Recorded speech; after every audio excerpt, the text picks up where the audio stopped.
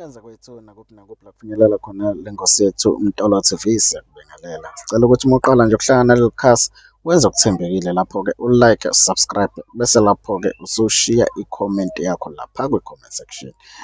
UThamara ubhale kanje lapha kwi-status sakhe ukuthi bengithule du bangisukela. Vele wayengacelanga muntu ukuthi nabamdonethele imali. Kepha uSiya Miyeza wayesengenelela-ke wayesenxenxa abantu ukuthi cela ukuthi kube khona iy'mali ey'shawayo. Njengamanje lezi y'mali seziyabanga ukutholakala sengathi uThamara akasatholakali naye ocingweni. Kodwa manje lapha kwi-status sakhe saku-TikTok ubhalile ukuthi namuhla uzoba nezingxoxo lapha ku-live wakhe ozoba ngo-8 ukucacisa yonke into. Ngoba phela kuthiwa akasatholakali usebaleke nemali, abanye baveza ukuthi uthenge iy'nkomo wasethenga nendawo yokwakha. Kuhlukene imibono-ke, abanye bathi kuhle lokho-ke bona bangaqhubeka bameseke kukhona ngoba lokho kuba umqondo omuhle. So asazi namuhla-ke kuzobe kuno-live-ke omkhulu ozoba laphana ku-TikTok ngo-8 o'clock namuhla ebusuku ukucacisa yonke into ngoba lezi y'mali kuthiwa ziyadingakala, sekuthiwa manje sekumele zihluswe, kanti siyazi ukuthi ekuqaleni kwakukhulunywa ukuthi kuzothengiwa ipholo bese lapho sekuthengiwa nefoni, i-iPhone azoyisebenzisa. Le moto lena ipholo bekuzoba yisipho esiphuma lapha kubantu besilisa okuyibona kade bemdonethela uThamara ngenxa yey'nkulumo zakhe azikhulumile, wafike wazoba umkhulumeli noma ummeli wabantu besilisa.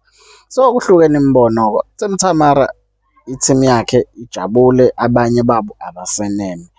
Laba kade belwisana nabo ayiziyakhala. Cela ukuthi ulalele la. Regarding udaba le campaign kade ikhona yavalwa ngomhla ka-3 kuMarch.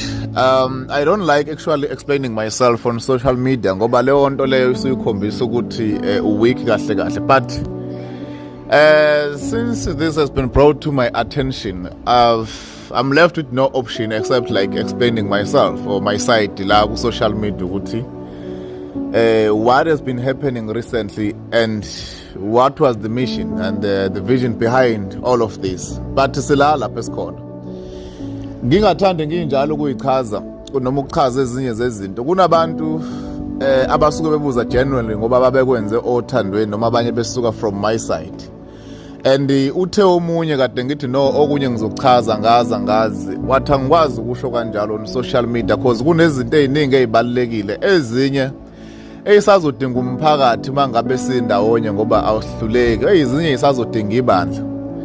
So coming back, abanye bayabuza genuinely liphi ipholo Miyeza, kuphi lokuthi kwenzakala ini, noma-ke iningi bababuzi bepholo kungosathane noma abantu ababe anti campaign.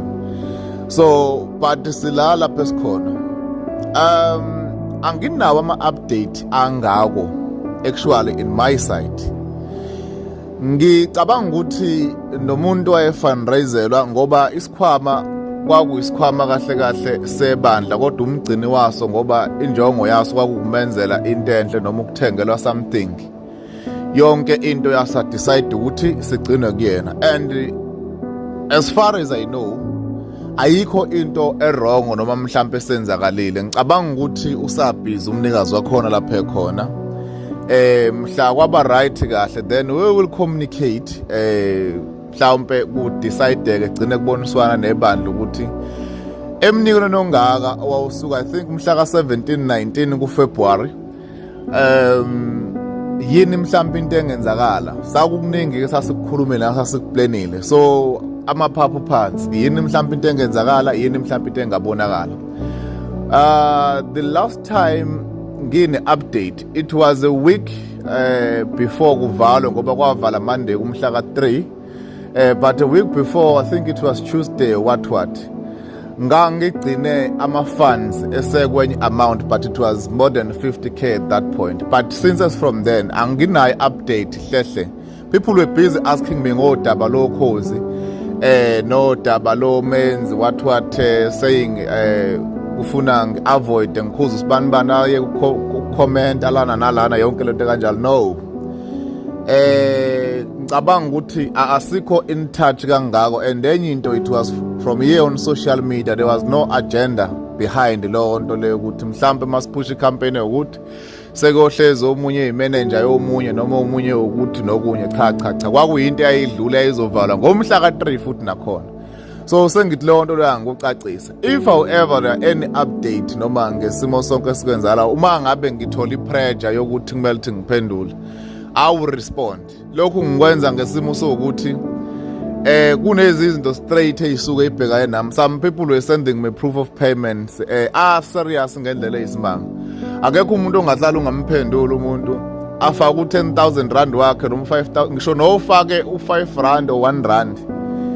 Uma ezokubuza something genuinely ngoba uzomdinga ngelenye ilanga, kumele ukuthi uresponde. Sinomama lana esimdinga odinga ukulekelela usisi, futhi akusiyona umama usawusisi lo yasese lo onenkinga yelentozana ye-wheelchair.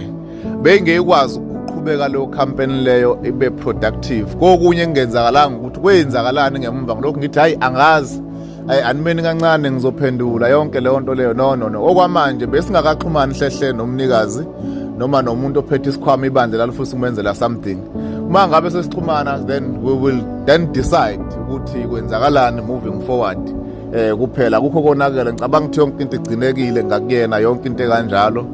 Mhlambe naye futhi uyobuya ibongela dalula ukuthi like she accumulated amount engaka, okunye ke ebandla la decide lenzana, ngoba ngale nkathi kwenziwa kwangashongo ukuthi thatha nansi imali siyakupha hlala nayo, kwakuthiwe we want to buy you something. Even nabanye abafowethu mhlambe ababe nezipho noma nezinto ezithile through iscarcity sika ntombazana, okunye kwagcina mhlambe ngathi sekuya withdraweka, yabo, noma mhlambe ngathi akusenze kuphatha wekho amanga ake abakhona, noma bathembisa into abanama uncertainties ngayo, noma benzela imedia. Ngikhuluma ngabantu abahloniphekile la kwanami ngibahloniphayo, abawobhuti abadala kumina nabanye sikuyilevel eyodwa. Yonke leyo nto leyo, not level yempilo sengisho ukuthi ngokweminyaka, ngingaze lithi nginama levels.